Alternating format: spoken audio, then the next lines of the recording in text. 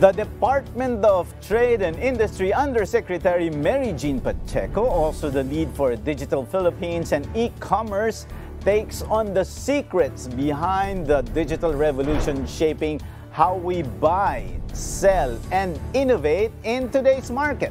Get ready to explore the power of cashless transactions, the evolution of digital commerce, and the game-changing insights driving the future of e-commerce in an increasingly connected world, especially for MSMEs. We are now open for business.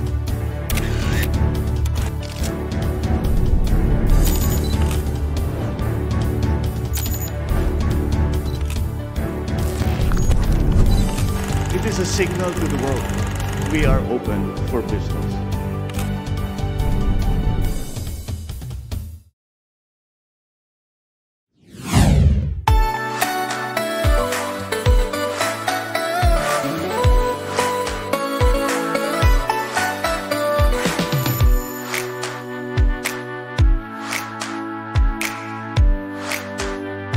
With a steadfast commitment to harnessing digital innovation, she is instrumental in shaping policies, implementing strategies, and championing programs that propel the country towards digital empowerment and economic growth. Her visionary leadership and collaborative approach have paved the way for wider awareness in e-commerce, focusing on inclusivity and opportunity for businesses, especially MSMEs. Under her guidance, the government has navigated challenges, crafted forward-thinking regulations, and laid down a comprehensive roadmap to optimize the benefits of digitalization and e-commerce for all Filipinos. Her unwavering dedication to fostering a resilient, secure, and thriving digital economy continues to inspire innovation and progress. Please welcome Undersecretary Mary Jean Pacheco, Digitalization and E-commerce Lead at the Department of Trade and Industry. How are you, Yusek? It's so nice to be here. It's been a long time, but thank you very much for inviting me here on Net25 Open for Business. Of course, my good friend. Yusek, ako kailangan mag-practice na tawagin kang Yusek kasi dati ang tawag ko sa iyo ay Asek. And congratulations, palakpakan po natin si Yusek Pacheco. She is newly promoted as Yusek from Asek. Pero Yusek, marami ang hindi nakakaalam. Ano bang pagkakaiba nun? Pinalitan mo lang ng A and U. What's the hierarchy at the government? I'd like to thank, of course, my principal, no, si Secretary Alfredo Pascal, for the trust and confidence. Also to the President, no, for giving us this privilege of really offering more, no, to the public, to government. This is my first time as Undersecretary. Thank you. This is very special to me. And thank you for giving us this opportunity. At syempre, nagpapasalamat tayo kay Yusek Pacheco dahil sabi niya nga itong kauna-unahan niyang paglabas sa telebisyon na siya ay Undersecretary. Ano nga ba ang magiging bagong gampanin ninyo bilang Undersecretary, Yusek? Of course, you know, I have been handling e-commerce, and this is why I'm here today, because the e-commerce is really is my portfolio, and it's very timely because the President just signed into law the Internet Transactions Act, and I believe that's the reason why I'm here today. Kasi breaking news, so it's a very important topic that we'll talk about later. So we'll continue with that. In fact, I just arrived today from Baguio, no, from Benguet, because one of the portfolio that we have, I've been assigned also, is on the supply chain and logistics. Kasi the President, as you would have known, that the President approved a 3-year food logistics agenda. So si Secretary Pascual presented that to the Cabinet. And there are many interventions to ensure that food is available, accessible, and affordable. So yesterday we were in Benguet. I'd like to greet everybody, especially our regional director of DTI Cordillera. Thank you very much for hosting us, and we went to BAPTC. This is the Benguet Agri-Pinoy Terminal, and yun, we hope that we'll get these things going because in the food action plan, talagang we'd like to revolutionize the food distribution system. So there, and then I know that we have a seminar ongoing today, right? As head of Digital PH, I am also in charge with the business name registration. Not many people know that, when you start a business, kayo pong mga nanonood sa atin, kung kayo po ay sole proprietor at gusto po ninyong mag-business, ang unang-una po talagang gagawin po ninyo ay mag-apply ng inyong business name. At dito po sa DTI, kami po ang unang-unang kailangan pag-applyan. Huwag po kayong matatakot kasi napakadali at napakabilis. I think, thank you very much for allowing us to have the seminar. I think it's ongoing now. Yes. And we will be able to, we want to share to everybody that you need, maganda po yun, mag-register po kayo ng inyong business name. Dahil pag sumikat po ang inyong business, at dapat siguraduhin natin sa inyo, kayo ang nagmamayari ng inyong pangalan ng inyong business. Now, Yusek, talagang sa loob ng 2 taon, lalo na nagsimula sa pandemic, when we were all locked down, di ba, e-commerce has thrived. Being the lead of this e-commerce project here in the Philippines, what transpired before and after the pandemic? Sabi nga nila, di ba, lagi kong binabanggit ito, Yusek, ang key driver ng 4th Industrial Revolution, hindi naman mga technology or innovation, kundi yung COVID-19. But maybe can you give us a background of e-commerce then and during this post-pandemic? Ayan. So, I'd like to, there's this kwento na, kasi we were appointed in 2018, I believe, to handle e-commerce. Biglang nagka-pandemic noong 2020. So sabi nga ng former secretary namin si Sec Mon Lopez, napadali daw yung trabaho namin. Kasi, di ba, lahat nag-e-commerce. Oo, lahat nag-e-commerce kasi lahat tayo nasa lockdown. If you are a consumer, nabili ka ngayon, nabili ka online. At kung ikaw naman ay merchant, ikaw naman ay nagbenta ka ng online. Kasi, di ba, lockdown, hindi tayo makapunta sa mga store, sa brick and mortar, naging ka ngayon, napwersa ka na magbenta online. No? So, that is good for e-commerce because sabi nga namin, when we start with the e-commerce roadmap of 20, sabi natin, we want more people buying online and more people selling online. So, the question is, anong talagang nakita natin?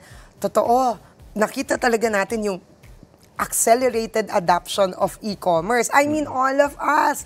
I'm sure even me, no? I'm not, hindi ako maalam dahil sa mga ganyang mga Lazada, Shopee. I don't do that. Takot ako eh. But, syempre, nung lockdown, and sabi, syempre, e-commerce na ako. So, I really have to make sure na alam ko kung ano yung nangyayari.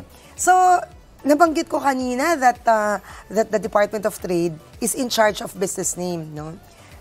This is one statistic that is very factual, no? It's like, nung before the pandemic, meron tayong classification, it's called PSIC, no? So, memoryado ko na PSIC 47913. What is that? That is what you call the retail sale via the internet. So, when you apply your business name, you will say what is your business about. Okay. So, people will say, I will sell online. So, PSIC 47913. So, in 2019, the numbers then was 6,000. Okay. So, mababa yun. Parang ganyan. 6,000. Sa buong Pilipinas na yan. Yes, sa buong Pilipinas. Nagka-pandemic. Okay. So, from 2020 to 2021, naging 118,000. Wow. And in terms of percentage? That's over less than 2,000, 1,800%. Wow. See, you see that from pre-pandemic to pandemic, nag-zoom talaga yung mga maggustong mag-business ng online. Pero Yusek, hindi pa dyan kasama yung hindi rin talaga nag-register. Ay, nako, yes. Alam mo, si Aling Barang, si Aling Pasing, correct. nagbebenta ng sa Facebook. Correct. Hindi naman niya kailangang i-register yun, di ba? That's correct. So, I'd like to make reference to our roadmap. No, we have a roadmap. It's the 2020 to 2022 roadmap. So, yan ang aming metric of success. Government, we'd like to measure, no, kung talagang ilan ang rehistrado at ilan ang hindi rehistrado. So, may estimates talaga tayo na meron talagang mga hindi rehistrado. And that's the reason why mananawagan na ako ngayon. Okay, sige. Sige, Yusek. Mananawagan na ako na we are calling on business owners, no? Kahit po maliit ng inyong business, pangalagaan po natin yung ating pangalan kasi investment natin yan, asset natin yan. So, kung kayo po ay may business at sabihin nyo kahit na humalit, kahit sari-sari store, basta may pangalan po kayo, mag-apply lang po tayo ngayon habang maaga, no? Kasi usually pagpasok ng taon, January to March, ako, madami na ho yan. Pero ngayon, pwede na ho kayong mag-apply ngayon pa lang online, no? bnrs.dti.gov.ph. Pero Yusek, sorry to cut you there, but what's the advantage of having your business name registered kaysa sa mga iba na parang nag-ooperate naman ako kahit na hindi ako mag-register ng business name? Okay. So, maliwanag tayo na kung ikaw po ay nag-register ng inyong business name, ito po ay pahiwatig sa mga consumers, sa mga bumibili sa inyo na kayo ay legitimate. Yung ikaw ay legitimate kasi titingnan nila, ako, ito bang itong kumpanya na to ba ay rehistrado. So ang unang-una po talaga ay marami pa po, no, to register your business, kailangan kayong mag business name ng DTI o kaya mag SEC o kaya naman kailangan nyo mag-apply ng BIR, kailangan nyo ring mag-apply ng inyong mayor's permit. No, but all of this registration is legitimacy for your company. So parang Yusek, ang sinasabi mo din, protection ito sa mga mamimili. Kasi lalo na pag online, sabi mo nga, ikaw mismo, hindi ka nag-online dati kasi takot ka. O bakit ka takot? Nabudol ka ba? Di ba maraming ganon? Yes. Di ba? Alam ko, nag-post ka nun, minsan nabudol ka. Galit ako, di ba? Bumili ako ng, akala ko, bumili ako ng paglalagyan ng dish ko. Yung pala, Barbie dal ang dish. Diba? Naloko ako talaga doon. So, ibig sabihin yon kapag a registered business, at least makakapagreklamo yung consumer. That's right. At saka ito yung sinasabi natin na si government, pag ikaw ay nagreklamo kay government, mahahabol natin, di ba? Kasi alam mo kung ano ang business address niya, ang telephone niya, etc. So, yun yung isang maganda kung ikaw ay legitimate. Tapos, especially ngayon, no, I keep on mentioning the new law, the Internet Transactions Act. And ito i-require na to kung kunyari, lalo na kung ikaw ay magbebenta sa isang platform. Naku, alam natin, marami tayong mga Lazada, mga Shopee, mga Salon, wala tayong bumibili. Ay, naku, i-require talaga natin na dapat may rehistro, no, rehistrado. In order for people to really, we want to build trust, no? So yun, so that's one. Ngayon, iba po yung pagre-rehistro sa pagbabayad naman ng tax. Hindi po lahat, no, kung ang income mo ay 250,000, hindi naman po talaga kayo magbabayad, no? So kumbaga hindi naman ganun kamahal. Yes, oo. So yung hindi lahat, not because ikaw ay rehistrado, meron talaga pong ang income nyo pag ito ay hindi naman po nag-abot, I think 250,000, 300,000, ay hindi naman po kayo kailangan magbayad ng tax. So naiintindihan po ng gobyerno. Ang importante lang po talaga ay we should be able to register our businesses. Kasi isa pa ho, no, asset natin yan. Pag tayo ay naging sikat, yung pangalan natin ay ating asset. Diba? So, pangalagaan ho natin yung ating pangalan kasi asset po yan. Pangalagaan natin yung ating brand, no? Kasi brand kung sakaling sumikat yung brand na yun at kinuha ng iba, ay, pwede mong ibenta, hindi ba? So, ikaw kasi sa'yo yun. That's right. No? So, yun ang mga kagandahan ng pagre-rehistro on both sides. No? At syempre, lalo na kung ikaw din ay isang rehistrado, you can avail also of government services. Diba? Ano example? Pautang. Diba? Pwede kang pautangin ng mga government. Kasi nga, ikaw naman ay legitimate. Legitimate. Now, Yusek, you mentioned kanina, balikan ko yung figure mo. Diba? From 6,000 to 118,000. So, ang laking jump nun, 1,800%. That's right. Ano yung outlook nyo doon? Lalo na, may Internet Transactions Act na. Ano yun? Lalaki pa ba? Yeah. we always refer to this Google Temasek study. Siyempre, mas maganda pag third party, right? Yes, I mean, it's been recorded, it's been said that the Philippines is one of the most top-performing internet economies in Southeast Asia. So, naniniwala talaga kasi ang growth natin, kasi high growth tayo, positive yung growth natin. Ang sinasabi nga, 20%. So, talagang nakikita natin na bubulusok pa ang ating e-commerce. Bakit?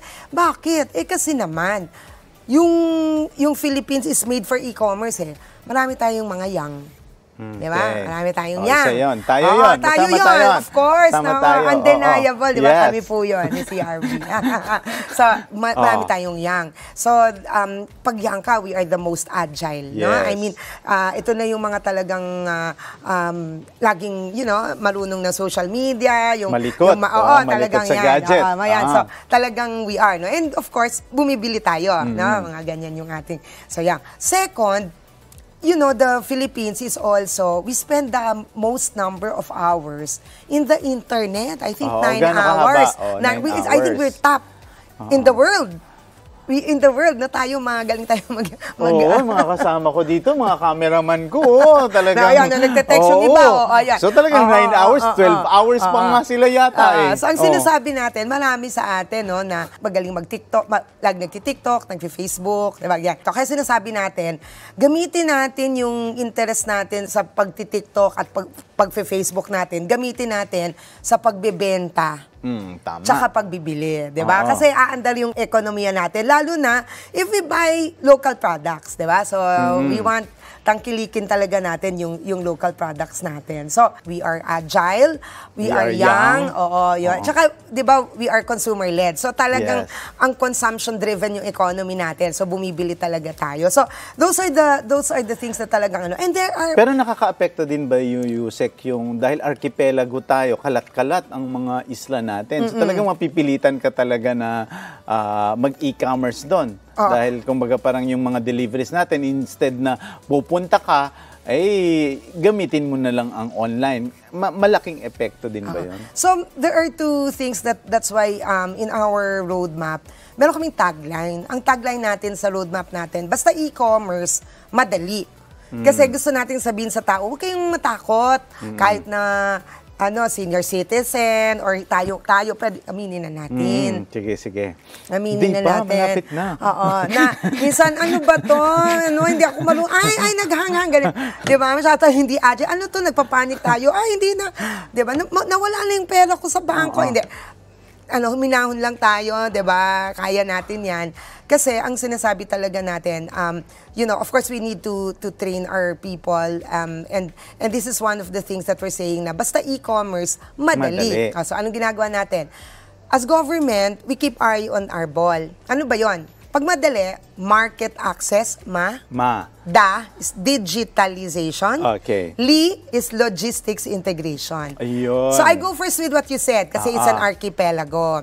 So that is one of the greater challenges we have. Unlike other countries. Yung other countries, puro landlock lang sila. Bilis-bilis. Pero tayo hindi. Tayo archipelagic. We need to travel by land and cross by sea, so maritime, and then by air, di ba? So medyo mas challenging tayo. That's why we are very much working. So logistics is the priority of our government to make sure that we have the necessary infrastructure in place. And when you say logistics, of course, and its integration, when we say connectivity, we are also saying internet connectivity as so well. not necessarily not the just by infra, yung with DPWH, ganyan.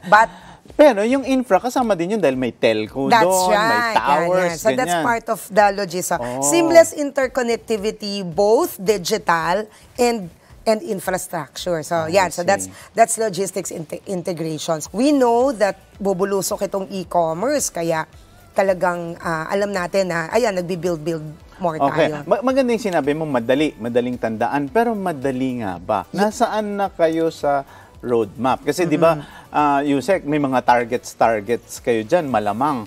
Pero siyempre, sabi mo nga, nag-accelerate yung COVID-19. Where are you now? Talagang tayo ba makakaagapay ba doon? So, let's talk about our roadmap. Kasi so thank you for the opportunity na we are able to report on the roadmap. When we started the roadmap in 2020, we had the baseline. So remember, we said, simplihan lang natin yung goals natin para madaling intindihin, di ba? Ano ba yung metric of success? 1, we want more sellers selling online, more buyers buying online, right? Ganon yung ano natin.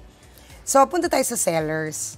When we started in 2020, we did a little bit of an estimate or a baseline.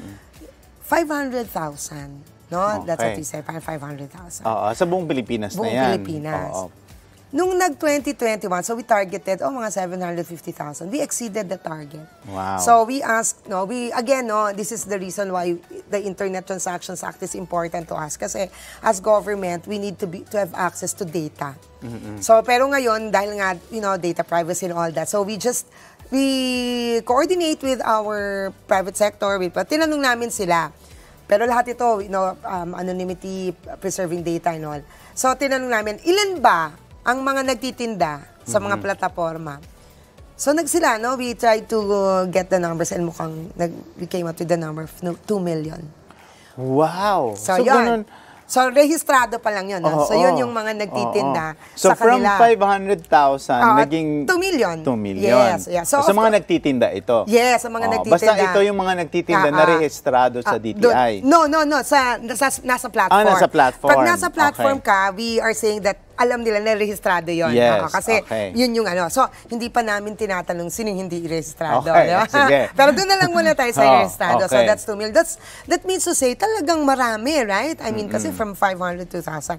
So, ngayon, we did it in 2022. Parang mga 2.4 or mga 3 million ang ngayon. No? So we believe that this number will increase kasi as you rightfully said, yes, kanina lang, that hindi mo pa kinakount yung not registered, no? Pero nagbebenta rin. Marami nagbebenta sa Facebook, 'di ba? Ngayon may TikTok na, 'di ba?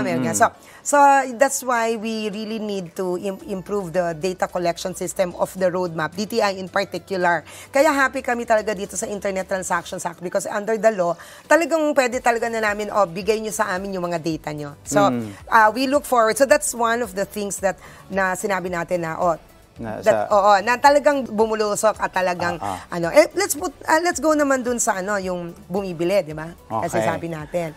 So we use the Google Temasek metric, which is yung gross merchandise value to.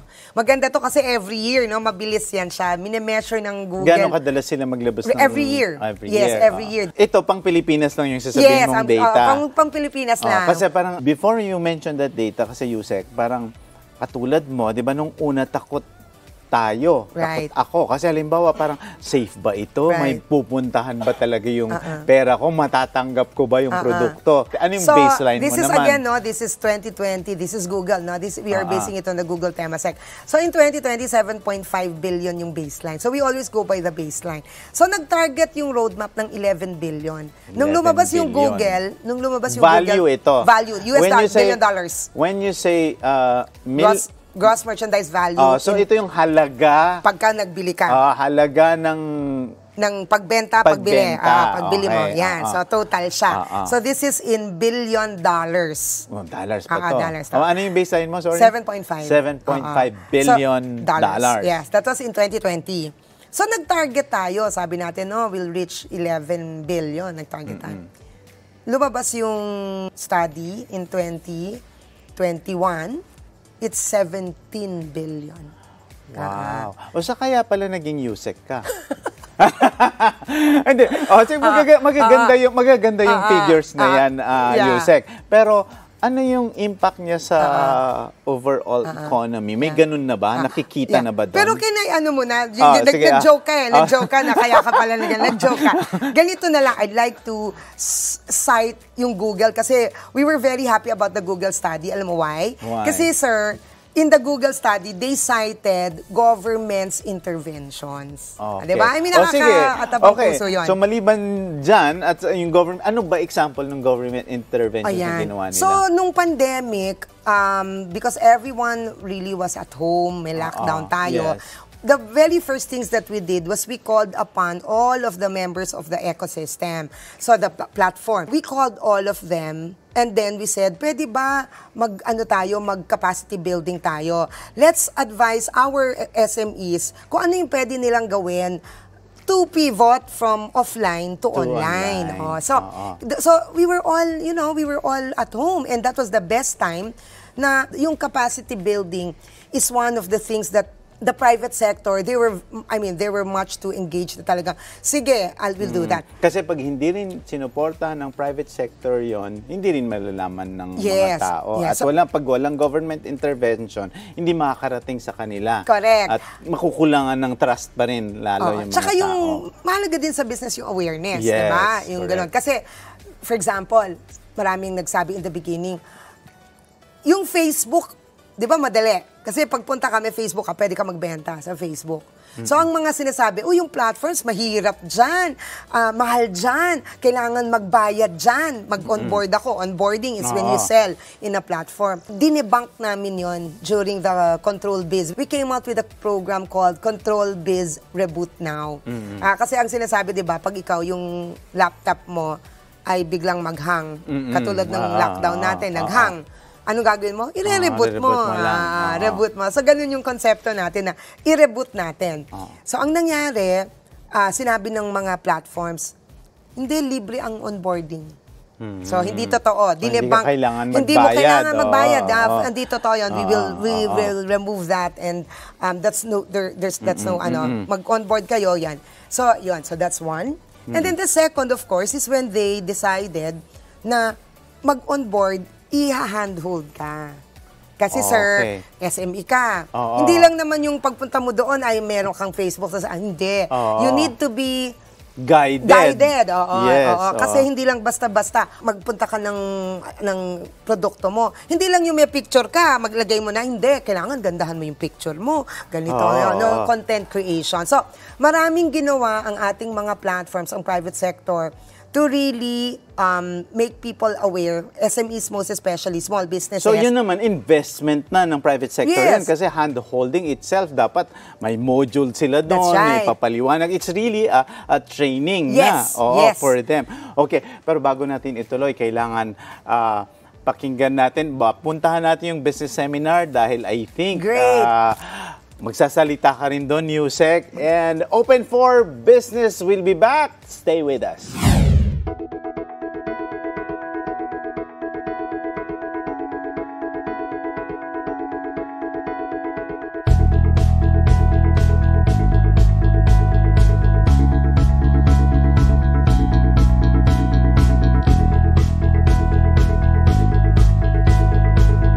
We're here spotlighting our Net25 Night Bazaar Business Seminar, a platform designed to illuminate the fundamentals of business.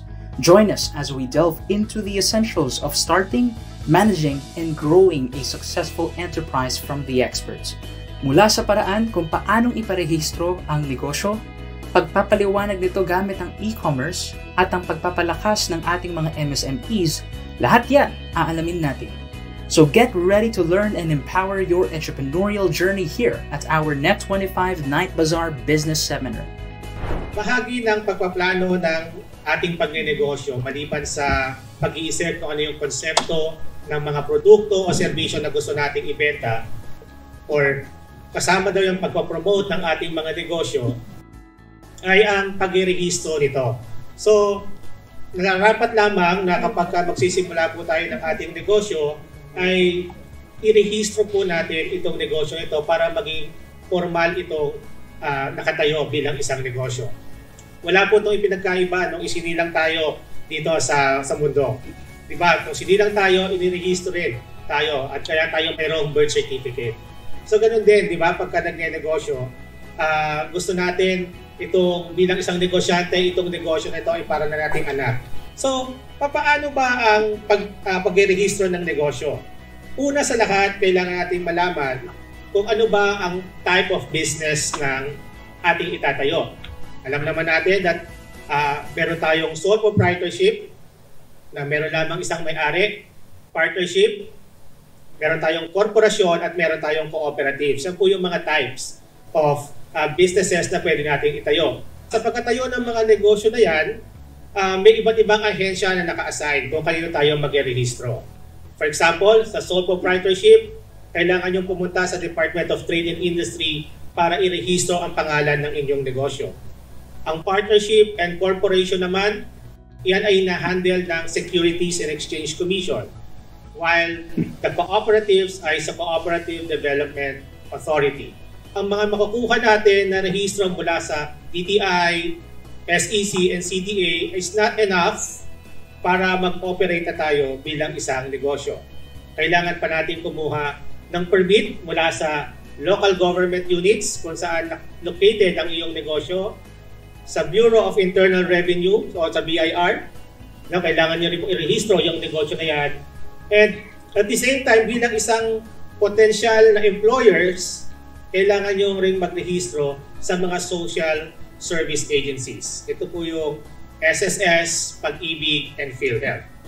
So yan po yung nilalaman ng mga primary government agencies na nag-handle ng business registration. Pero again, hindi pa rin tapos po yun. Meron pa tayong mga secondary permits. Yung mga secondary permits na yan ay naayon sa klase ng negosyo nyo. Kung ikaw ay magtatayo ng isang transport service, dapat pumunta ka sa LTFRB. Kung ikaw ay magtatayo ng parang hotel or a small accommodation facility, kailangan mong magpa-accredit sa Department of Tourism. Kung ikaw naman ay magtatayo ng pawn shop or any money service business, kailangan pumunta sa Bangko Sentral ng Pilipinas. Kung ikaw naman ay isang contractor, mayroon kang negosyo na isang construction firm, kailangan pumunta sa SIAP o sa DTI din po. Bahagi po ito ng DTI. Kung ikaw naman ay magtatayo ng isang Security and Investigation Agency, pupunta ka sa Philippine National Police.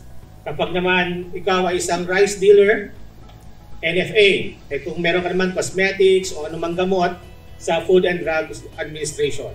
So ilan lang po ito sa mga ahensya ng gobyerno na nagpo-provide ng secondary permits para makapagsimula tayo ng negosyo. So from there, we can now operate our business. Pwede na tayo magsimulang mag-negosyo. So ano pang legal basis ng business name registration? So meron pong naipasang batas, Act number 3883 or the Business Name Law. Sinasabi sa Business Name Law, binibigyan ng karapatan o binibigyan ng permiso ang isang tao na magnegosyo kung ang gagamitin niyang pangalan ay yung sarili niya lang pangalan. Pero kung gagamit siya ng ibang pangalan other than his or her name, kailangan niya muna iparehistro sa Department of Trade and Industry. Halimbawa po, ako si PJ Roque. Kung magtatayo ako ng tindahan at ayaw kong irehistro, dapat ang nakapaskel sa taas ng aking tindahan ay PJ Roque lamang. Hindi ko pwedeng lagyan ng Sari-Sari Store. Pero kung lalagyan ko yan ng PJ Roque Sari-Sari Store, kailangan ko na po yan iparehistro sa Department of Trade and Industry. So yun po yung kaibahan po ng paggamit ng sariling pangalan sa negosyo at paglalagay ng paggamit ng ibang pangalan sa negosyo. Ano nga ba ang pagkakaiba ng offline commerce versus online commerce or e-commerce? Pag sinabi nating offline commerce, ito yung mga negosyo na may physical na lokasyon or madalas ang tawag natin dito is traditional model of business or ito yung brick and mortar. So ang mga sample po nito ay ang mga malls, convenience stores, and grocery stores.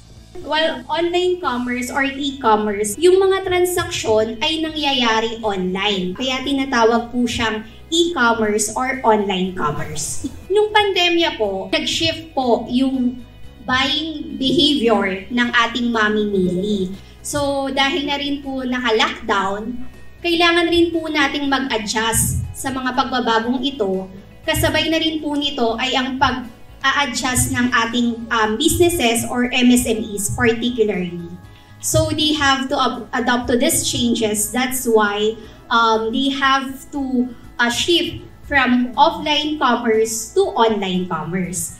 84.45 million sa atin ang may social media accounts. Meaning, kung tayo ay isang MSME at meron naman tayong social media account, bakit hindi natin gamitin ito para mapalago ang ating negosyo? At pinapakita na rin ito na maraming Pilipino ang nakababad sa kanilang cellphone at nagbabrowse. So kung ikaw ay isang negosyante, makukuha mo ang atensyon ng mga possible buyers mo.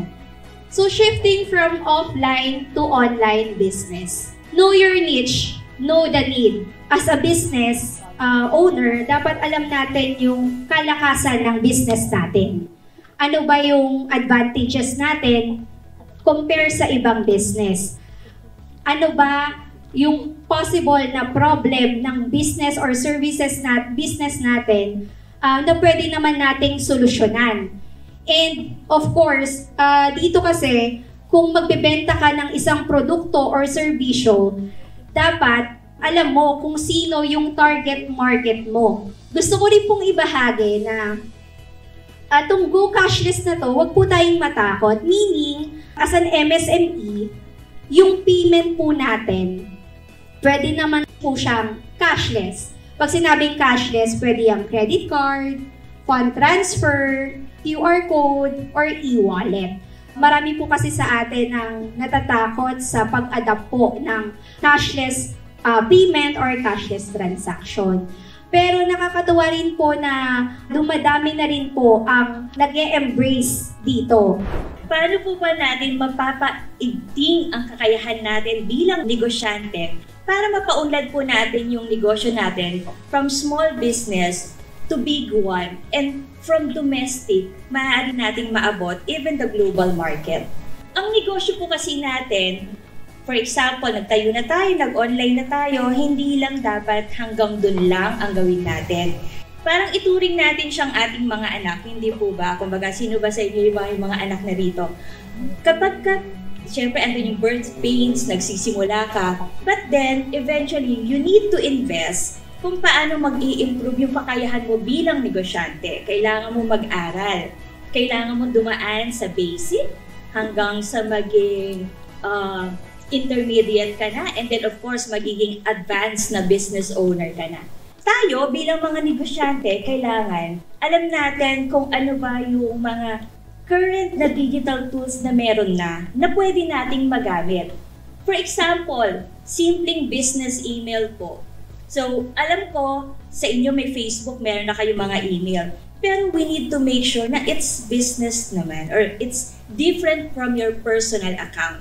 Kasi ang hirap na, for example, nagbebenta ka, tapos ngayon, gusto niya magkaroon ng after-sales negotiations. Bibili siya eventually, gusto niyang humingi ng email mo. Ang hirap naman po, ang pangalan ng email mo ibibigay mo ay magandaako@gmail.com. Aba, pag tinignan ka, maganda ba siya? Di ba? Parang ganun po. So, dapat gawin natin personal, gawin natin na as much as possible, business name na natin yung gamitin natin para at least mayroon ding retention. So, makikita nyo po here na mayroong iba't ibang digital tools na pwede na nating magamit. For example, meron na tayong mga Microsoft Word, meron tayong mga emails, meron tayong mga Excel. And then, in terms of graphic design, ako nung high school ako po, pag may project, alam niyo yung mga sinusunog pa natin yung gilid ng ating mga bond paper, di po ba? For us to be creative. Pero ngayon, since online na, digital na, pwede na natin gamitin yung mga Canva, PowerPoint, gagawa na tayo ng mga sarili nating business card. Kasi yun kagad yung unang nakikita kapag tayo po ay, kumbaga, nakikipag-transact sa ating mga possible na mga consumer or possible na mga magiging customer natin. So, pangalawa po is that kanina nabanggit, bakit ba natin kailangan mag-online? But then, kailangan natin i-scale up yung pagiging online natin. We should not just focus on one channel. So, ngayon po, alam natin na there are a lot of platforms na pwede natin gamitin para magbenta. Based on the 2022 Statista report, na in terms ng mga mamimili, tulad po natin, mas preferred po nila talaga, number one pa rin syempre yung mga e-commerce website na tinatawag natin. But then, andyan na rin pumapasok yung mga social media accounts like Twitter, mga Facebook, and even sa mga Instagram, yan. And then of course, meron na rin tayo mga shopping apps. Paano ba tayo magbebenta ng produkto natin online? And of course, ano ba yung mga tips for successful online selling? Sa internet kasi, ang kagandahan nito from having a brick and mortar is that hawak mo yung mundo. Parang sinasabi natin na yung reach natin using the e-commerce is not just limited to sa mga kapitbahay natin, sa community natin. But then, kapag nag-online tayo, there's a possibility using data analytics na even yung produkto mo makikita ng mga ibang tao abroad or overseas. Hindi natin siyempre dinidisregard yung power ng social media wherein, of course, 70% pa rin ng ating mga consumers and buyers talagang nakatutok sa Facebook marketplaces. And even TikTok, yan. So mga nagti-TikTok dyan, marami na pong gumagamit ng TikTok Shop in terms of selling their products and services. Yung twin goal namin with BSP, which is to digitalize merchant payments and to promote cash financial inclusion. So bilang negosyante, nagsisimula, kailangan din po isipin na natin na magkaroon ng other options yung ating mga consumers sa pagbili sa atin. So, kailangan nating mag-onboard para at least we could effectively use yung mga digital payment methods natin. And just like email, ang talagang ina-advocate po natin is that yung inyong mga digital payment ay ma-convert na rin into a business or merchant accounts. Kasi there's a difference between P2P and P2M. Pag sinabi po natin P2P, ito po yung person-to-person na pag-transfer ng payment or fund transfer. Pag sinabi naman po natin P2M, ito naman po yung ating mga personal to merchant. So, alam ko sa inyo may mga e-wallets na. So, kung mapapansin nyo, minsan pagka-transfer nyo, makikita nyo lang doon, di ba? Instead na pangalan ng negosyo, yung ginagamit or makikita nyo pag-transfer nyo, pangalan pa rin ng tao. So makikita nyo doon, mag-transfer mo na kay Weya Bohol pa rin.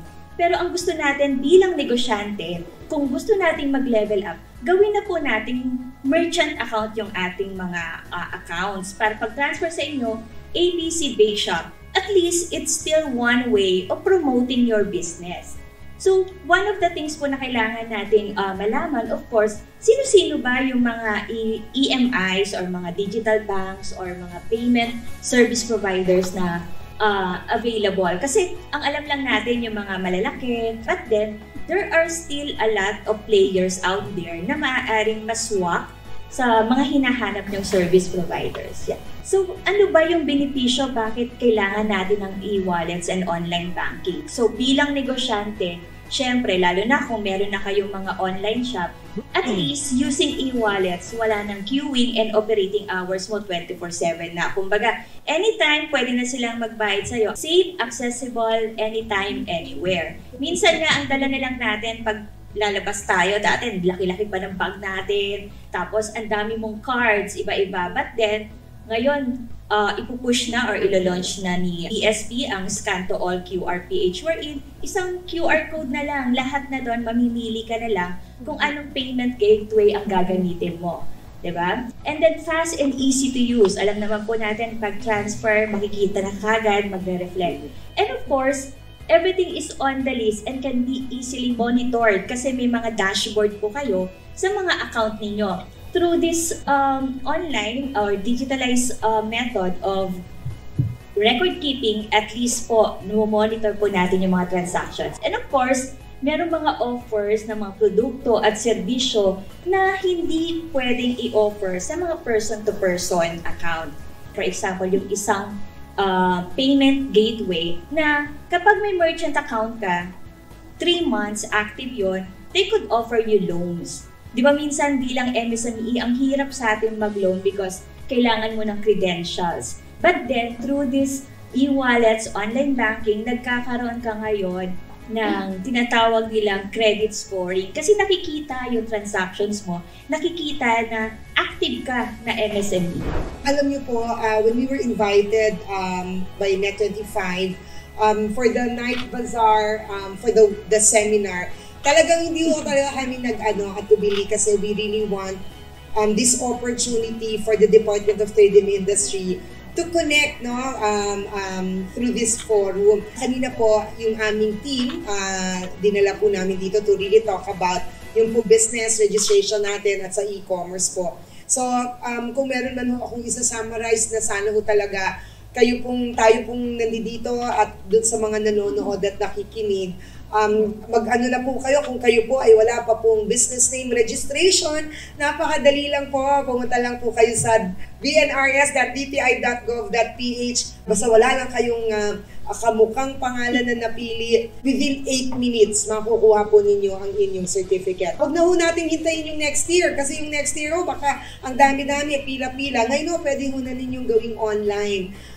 Yung second po ay of course yung sa e-commerce na marami po sa inyo na nagtitinda din. Alam po natin na meron tayong brick and mortar, yun nga, pero face-to-face, pero marami na rin po tayong pwedeng magawa online, no? Ang lagi ko namin sinasabi sa e-commerce, basta e-commerce, madali, no? So, convenient po yan. So, I hope yung kanilang mga nabanggit nila Berlin at saka nabanggit po ni Wea ay makatulong po sa inyong business. So makakaasa po kayo, no? Sabi ng kalagay, let's net together, Sir CRV, let's net together. Alam nyo, kailangan talaga natin networking, kailangan ho natin mag-converge. And nandito po ang Department of Trade and Industry, makakaasa po kayo. www.dti.gov.ph, e-commerce.dti.gov.ph. CRV, we hope to have more of these. Please do let us know when and we'll go with you para masabi po natin sa ating mga kababayan. So maraming salamat, Net25, to the team. Maraming salamat po and more power. Today's event is a testament to our shared commitment to fostering economic growth, innovation, and collaboration within our vibrant business community. Ang Department of Trade and Industry ay nagsilbing matibay na katuwang sa pagsusulong ng negosyo, kalakalan at industrial na pag-unlad.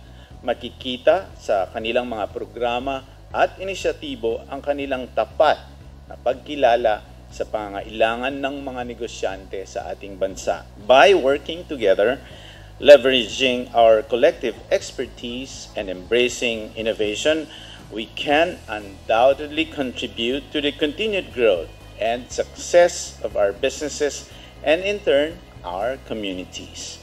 Nagpapasalamat kami sa Department of Trade and Industry sa kanilang mahalagang pagkikipagtulungan at sa bawat isa sa inyo sa inyong pagdalo.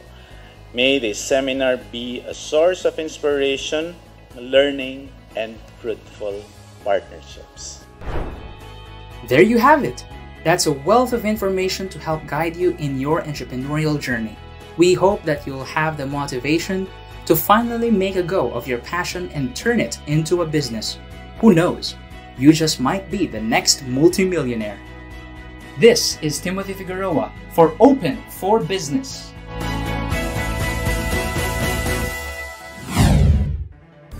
Bitin ang isang oras sa diskusyon kasama si Undersecretary Jean Pacheco sa dami ng kaalaman at importanteng impormasyon tungkol sa negosyo at e-commerce. Kaya naman, abangan ang karugtong ng aming pag-uusap.